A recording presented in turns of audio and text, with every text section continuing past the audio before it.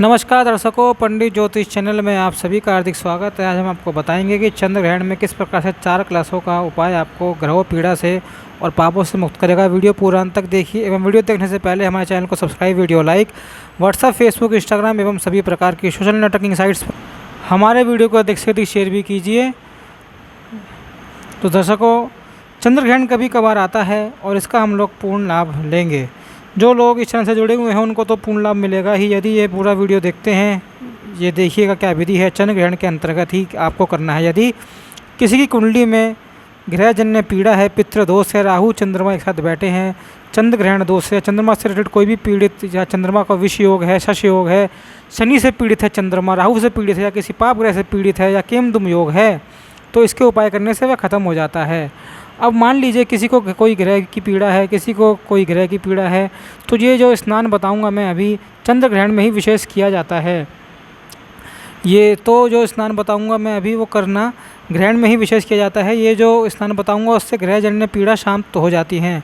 बाकी चंद्र ग्रहण में हमसे जाने अनजाने में यदि कोई पाप हो जाए या मान लीजिए कि हम लोग चल रहे हैं, कोई चींटी मर गया, कीड़ा मर गया, कुछ हो गया, हवन भी करेंगे तो उसमें भी कोई जीव जंतु मर जाएंगे, तो वह भी इस उपाय से नष्ट हो जाता है। इसलिए यह स्नान का विधान बताया गया है और यह केवल चंद्र ग्रहण में ही किया जाता है। सूर्य ग्रहण में इसे नहीं किया जाता, सूर्य ग्रहण का अलग विधान है। इसलिए बहुत ही उपयुक्त उपाय है। मैं सभी से आह्वान करूंगा कि जितने लोग भी ये वीडियो देख रहे हैं, इस चैनल से जुड़े हुए हैं, वे सभी लोग इस उपाय को कर लेना और आगे भी शेयर कर देना, ठीक है। अब देखिए आपको क्या क्या सामग्री लगेगी मैं आपको बता दूं। देखिए आपको 4 मिट्टी के घड़े लगेंगे। ये घड़े भी आकृति में गोल छोटे होंगे, आपको कैसी भी आकृति ही, भले ही ऐसे छोटे छोटे आप घड़े भी ले सकते हैं, कोई दिक्कत नहीं। इस फोटो में दिखाए गए हैं, पर यहाँ पर मैंने जल रखा हुआ है, पानी रखा हुआ है। अभी देखिए आज तो ग्रहण नहीं है जिस दिन मैं शूटिंग कर रहा हूँ, लेकिन इसके अंदर मैंने कुशा डालकर आपको दिखाया है। कुशा आप सुबह में ही डाल लेना, जल में वही जल आपको रखना है। ये जल में भी मैंने कुशा डाल रखा है, सेम जल है, बस इस लोटे से उठाकर मैं इसके अंदर डालूंगा। यह जो मेरा गंगा जल में कुशा नहीं भी डालेंगे, तिल नहीं भी डालेंगे तो भी यह सदा पवित्र ही माना जाता है। फिर यहाँ पर है पल्लव, आम का पल्लव मतलब आम के पत्ते, बड़ का हो गया, पीपल का हो गया, जो भी आपको मिल जाए। पल्लव मतलब पत्ते होते हैं, पेड़ के पत्ते, वह पल्लव आप ले लेना। लेकिन यह पल्लव ध्यान रहे कि आपको एक दिन पहले ही जुगाड़ करके रख लेना है, खरीद लेना या तोड़ लेना, क्योंकि ग्रहण के दिन कोई भी बेल पत्र पुष्प नहीं तोड़ा जाता है। मैं साथ साथ आपको सावधानी भी बता रहा हूँ, तो उसे भूलना मत। यदि आप इसे तोड़ना भूल जाएं एक दिन पहले तो आप माली के यहाँ से इसे खरीद लेना। माली को 1-2 दिन पहले ही बोल देना या उस दिन भी बोल देना, इसलिए मैं वीडियो पहले बना रहा हूँ ताकि वह लोग पहले से व्यवस्था करके रख लें। अब देखिए सामग्री का लिस्ट ना मैं आपको वीडियो के में भी दिखा दूँगा। मेरे में जो सामग्री मिल गई है मैं वही यहाँ पर उपयोग करूँगा। डिस्क्रिप्शन बॉक्स में आपको सामग्री की लिस्ट मिल जाएगी वीडियो के। आपको मैं भी मार्केट से जो साधन सामग्री मिले उतना ही आप इसके अंदर डालेंगे तो भी पर्याप्त है। बाकी शास्त्रों में जितनी सामग्री लिखी है मैं उसका लिस्ट भी आपको स्क्रीन पर या नीचे वीडियो के दिखा दूंगा। यहाँ पर मैं आपको सामग्री बता दूं, यह हल्दी इसको इलीजी मिल जाएगा। यह देखिए छोटे छोटे शंख हैं, ये आप ऐसे ही साइज़ के मत ढूंढना, इससे छोटे भी मिल जाए तो अति उत्तम है, आप उन शंखों का उपयोग कर सकते हैं। यह 4 की संख्या में होने चाहिए क्योंकि 4 हमारे पास घड़े हैं, एक एक उसके अंदर जाएगा, ठीक है। हल्दी भी इसके अंदर आपको रख देना, 2-2 हल्दी गांठ, एक घड़े में 2 हल्दी डालनी है। एक भी रहेगा तो भी काम चल जाएगा, कोई दिक्कत नहीं है, कोई परेशानी नहीं है। फिर यहाँ पर शतावरी मिल जाए तो शतावरी आप ले लेना। यहाँ पर मेरे को मुलेठी मिल गई है, मुलेठी मेरे पास है। यहाँ पर देखिए यह भी आपको जल्दी मिल जाएगी, सुपारी कहते हैं इसे। फिर यह है सर्व औषधि आपको पूजा पाठ की दुकान पर मिल जाएगी। फिर यह है हमारा गोरोचन, इसको गोरोचन भी कहते हैं, ये भी आपको मिल जाएगा। यह है सप्तमृतिका भी आपको किसी पूजा की पाठ की दुकान पर मिल जाएगी। फिर यहाँ पर है हमारा सफ़ेद चंदन, यहाँ पर है हमारा लाल चंदन, और फिर इसके अंदर हम सिक्का डाला जाता है। लोग क्या करते हैं 1 या 2 का सिक्का डालते हैं, वह स्टील का होता है। अब हम सावधानी रखें कि स्टील का नहीं हो, चांदी का सिक्का आपके पास होना चाहिए, सोने का हो आपके पास तो वो सिक्का डाल सकते हैं। सोना चांदी का सिक्का डलेगा या कोई भी धातु का बढ़िया सा सोना चांदी का सिक्का या प्लेट आप डाल सकते हैं जो स्टील का नहीं हो, ठीक है। तो हम ये सिक्का भी डालेंगे। फिर यहाँ पर आपको पीली सरसों चाहिए और ये है हमारा कुमकुम, ये कुमकुम अलग है और ये लाल चंदन अलग है। तो सर्वप्रथम हमको क्या करना है, मैं यहाँ से गंगा जल इसके अंदर डालूंगा। गंगा जल के बाद फिर हम लोग नॉर्मल जल डालेंगे, तो मैं यहाँ पर गंगा जल डाल रहा हूँ। सब में थोड़ा थोड़ा हम लोग गंगा जल डाल देंगे। फिर उसके बाद हम लोग ना जल के यहाँ तक भरेंगे, मतलब मटके के घड़े के गर्दन तक भरेंगे, क्योंकि ना पत्ते भी हम लोग डालेंगे तो पानी बाहर छलकना नहीं चाहिए। यहाँ तक आप लोग भर लेना जल से। फिर मैं यहाँ फटाफट भर के दिखा देता हूँ। अब देखिए घड़े, चारों घड़ों में हमने जल भर दिया। यहाँ पर हमारा जल ख़त्म हो गया। मुझे इस बात और याद आई, आप लोग इसके अंदर कुशा नहीं डाल सकते। कुशा आप कभी लोगों को नहीं मिल पाए तो काला तिल भी जल में आप लोग डाल देना। अब हम लोग ना इसके अंदर जितनी भी सामग्री है सब में समान इक्वल मात्रा में हम लोग डालते जाएंगे। जैसे कि सर्वप्रथम हम लोग सबसे पहले सुपारी डालेंगे, ठीक है। 4 घड़े की 4 सुपारियाँ, ऐसे क्लॉकवाइज आप लोग चलते जाइएगा, ठीक है। ऐसे ही आपको क्लॉकवाइज चलना है। फिर उसके बाद हम लोग मुलेठी डालेंगे, फिर शतावरी, फिर उसके बाद हल्दी में की गांठें डाल दूंगा। एक हल्दी हो आपके पास, हल्दी की गांठ हो तो भी आप लोग एक भी डाल सकते हैं। मैं यहाँ पर 2-2 गांठ डालूंगा। फिर ये शंख है छोटा सा। फिर इसके बाद सर्व औषधि है, थोड़ा थोड़ा सब में घड़ों में हम लोग डाल देंगे, चारों में। फिर उसके बाद गोरोचन है। फिर उसके बाद सप्तमृत्तिका है। सप्तमृत्तिका क्या होती है? 7 जगहों की मिट्टी होती है, इसको सप्तमृत्तिका कहते हैं।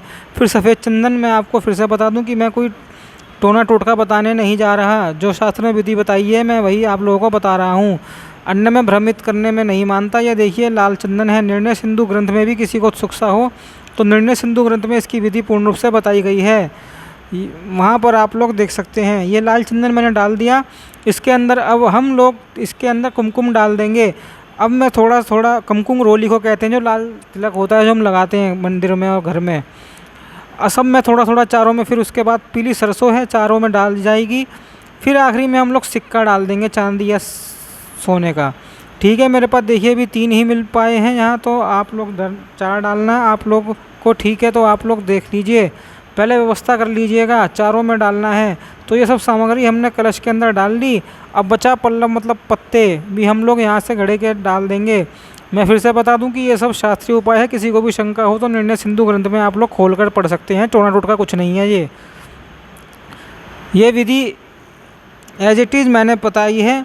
बाकी सब लोग कैसे पढ़ पाएंगे, कहाँ देख पाएंगे, इसलिए वीडियो के माध्यम से आप लोगों को लाभ लीजिए बता रहा हूँ। अब देखिए हमने अपना कलश पूर्ण रूप से तैयार कर लिया है, ठीक है। अब हम लोग हाथ जोड़कर बैठ जाएंगे।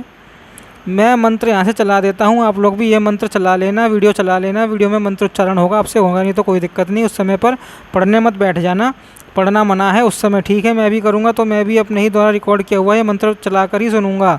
तो आप लोग हाथ जोड़कर बैठ जाइएगा। मैं पहले संस्कृत श्लोक पढ़ूंगा, जो शास्त्रों में मंत्र दिए गए हैं वे। फिर उसके बाद हम लोग ये संस्कृत श्लोक मंत्र पढ़ रहे हैं, किस लिए वे मंत्र हैं उसका अर्थ भी मैं आपको पढ़कर बताऊंगा। एक बात और आखिरी में बताना रह गया कि ये आपको करना कब है। देखिए ना, आपको सूतक काल में ही एक घड़ा तैयार करके रख लेना। बाकी मंत्र ना आपको ग्रहण में सुनना है, ठीक है।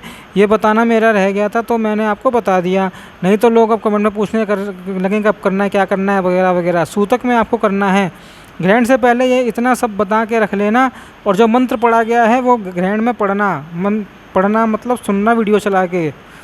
सर्वे समुद्र सरित तीर्थानि जलनादना आयन्तु यजमानस्य दारितक्षकारक ईशो वज्रधरो देव आदित्यानां प्रभुत सहस्रनयन शको ग्रह पीपोत मुखम ये सर्वदेवानां सच्चित चंद्रोग संवृता अग्नि पीपोत यह कर्म साक्षी लोकानां धर्ममहसवाहन यम चंद्रोपराग्ध्यान ग्रह पीपोहतु रक्षुगणाधिप साक्षान् नीलांजन संप्रभ खगस्तोति विमश्च ग्रह पीड़ा पहुत नागपाशधरो देव सदा मकर वाहन सुजलाधिपति देव ग्रह पीपोहतु प्राणरूपो हुलो नाम सदा कृष्ण मृगप्रिय वायु चंद्रोपराग्ध्याम ग्रह पीपहुत यशो निधि देव खड़ग शूल गदाधर चंद्ररोग कलशम धन दोत्र व्योत्पोहुत योषाधरो देव पानिका वृषवाहन चंद्रोराग पापानि सनाशजोत शंकर त्रैलोकानि भूतानि स्थावर चण्व ब्रह्मा विष्णु वर्क रक्तराक्ष दहंतु मम पातकम। इसका अर्थ हम लोग सुन लें। देवताओं के पाप नाशक